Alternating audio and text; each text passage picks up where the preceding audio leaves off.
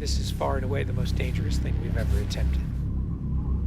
We've been working on this for years. So Tom put together this master plan to coordinate all of these experts in each of the particular disciplines involved to make this whole thing happen. You train and drill every little aspect over and over and over and over again. They were doing 30 jumps a day. Getting to a point where he was just a machine. I mean, over 500 skydives.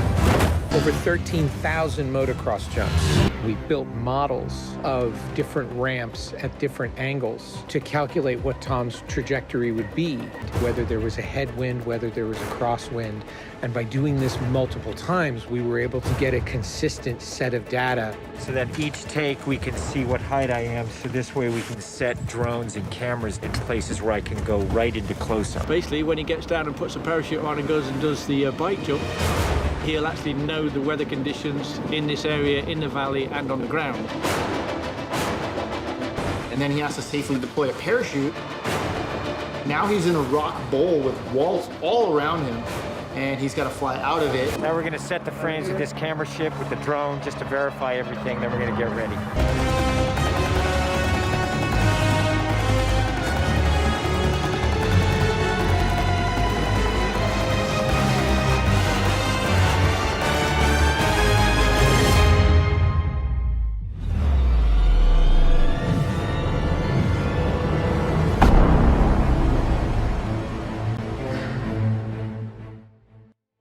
What's going on, guys? Today I'm here to review the new Mission Impossible Dead Reckoning Part 1 that I mentioned I was going to review earlier. I'm sure everyone has seen it by now, and if you haven't, it is going to be coming out on Blu-ray very soon here in the next couple weeks, so keep an eye on that because this is a great movie and, in my opinion, one of the best of 2023. Tom Cruise always delivers, no matter what he does. I don't care if you're a hater of him, you cannot deny the man knows how to entertain, and he goes to the extreme limits to make it happen. Look at some of these stunts.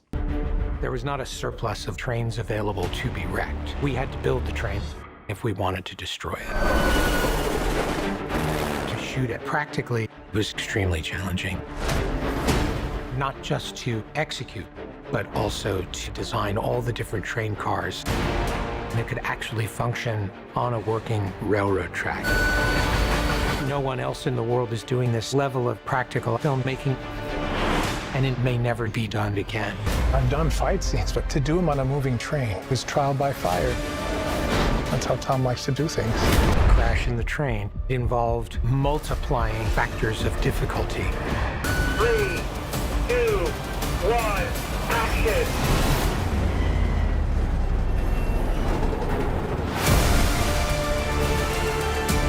Everything you're seeing in this spectacular train sequence is done to invest the audience in these characters. Hang on! They crashed a real train. That cost a lot of money to do that stunt. And then the crazy man jumps off of a cliff for another stunt.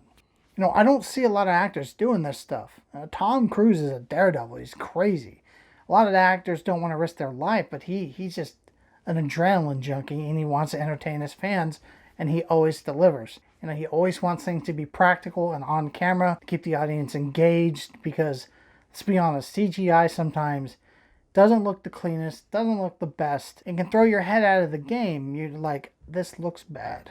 And when something looks bad, you're not as focused as you once were. When things are practical, you're all in. Part 1 is a great entry to a finale. I don't think they're going to make any more of these after Part 2. To open this one up, it starts really well with a submarine and showing how the key was created and the machine that's using the key. And I always like movies that start with the villain because we get to learn something about them and it gives us a perspective of who they are as a person. We get to see them before the hero. This movie is political free. There's no finger pointing at anybody or a specific type of thing. It's just a fun action movie with a great story and great stunts and great characters. And I like how this one really humanized Ethan Hunt. He showed that only his team matters to him. Completing the mission, but only if everyone lives. He will not take any sort of risk that will put their lives in jeopardy. I also liked the villain. I thought he was much better than the last couple movies. He was more fleshed out. He showed a lot of intelligence, and I liked how they brought in other characters from the other movies to flesh out this big finale. Vanessa Kirby did a great job in this movie too. I wasn't expecting to see her in it as much as she was, but it was really good. Little complaints, I don't really have any. I did have a friend who went on a 25-minute rant about the alley fight with Tom Cruise and the girl with the pipe, complaining how a woman couldn't beat up Tom Cruise and he got his ass handed to him, and he really didn't. You know, my friend needs to open his eyes and watch it again, and he'll see that he did get the upper hand on her and slammed her head into a cement wall. Besides that, I don't really have a lot of complaints. I really don't have any. The movie doesn't feel like it's 2 hours and 45 minutes. You know, it's very hard to hold someone's attention span for that long without someone losing focus. It really is, and they did a tremendous job on the pacing of this movie. The story of this film was great, and you can't top the scenery of this movie. There's a scene where Tom Cruise is running past these candles outside of this nightclub, and the shot just looks great. You see all of the care and work that went into doing these shots. And the only reason it looks that way is because so much thought and effort went into making that shot look the way it did. And I just appreciate these levels of professionalism for these type of movies, because these are huge, fun blockbuster films. I don't remember the last box office bomb he's had since The Mummy. He has only had, I think, The Mummy and Legend are the only 2 box office bombs he's had. And that's a really good track record to have as an actor. This movie surprisingly did not end on a cliffhanger, which I was expecting a no kind of cliffhanger, like it just ends in an abrupt moment. Luckily, this movie had a nice ending to it and it felt closed, but you know there's more to tell. I appreciate the movie for that. There's some shocking moments, funny moments, suspenseful moments. It has everything you'd want. I liked Fallout more. I thought the stunts were a little better, and that had the most stunts in it. This one had some good ones, but Fallout to me still reigns king as the best Mission Impossible entry in my opinion. But this is definitely in the top 3 for me. It's very good, and I highly advise anyone to watch it. Even if you don't like Tom Cruise, put the bias aside and check this one out, because I don't think you'd regret watching it. I'm going to grade Mission Impossible Dead Reckoning Part 1 an A.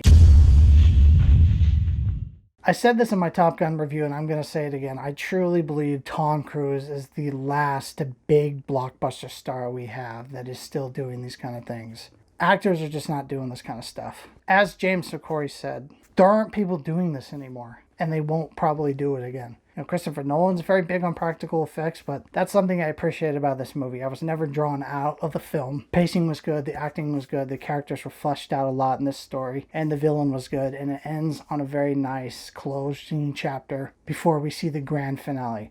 I'm saying grand finale because I do truly believe Ethan Hunt will die in Part 2, and they will close off the series. I could be wrong, but I have a very good suspicion that this is the finale. It's a 2-parter. Why would you make a 2-parter in the middle of a series if you're going to make more movies? I think Part 2 will be the end. Well, that's it for this Mission Impossible review, guys. I got another review coming out next week, so hit that subscribe button, like this video, and I will catch you movie fans on that review. Thanks for watching.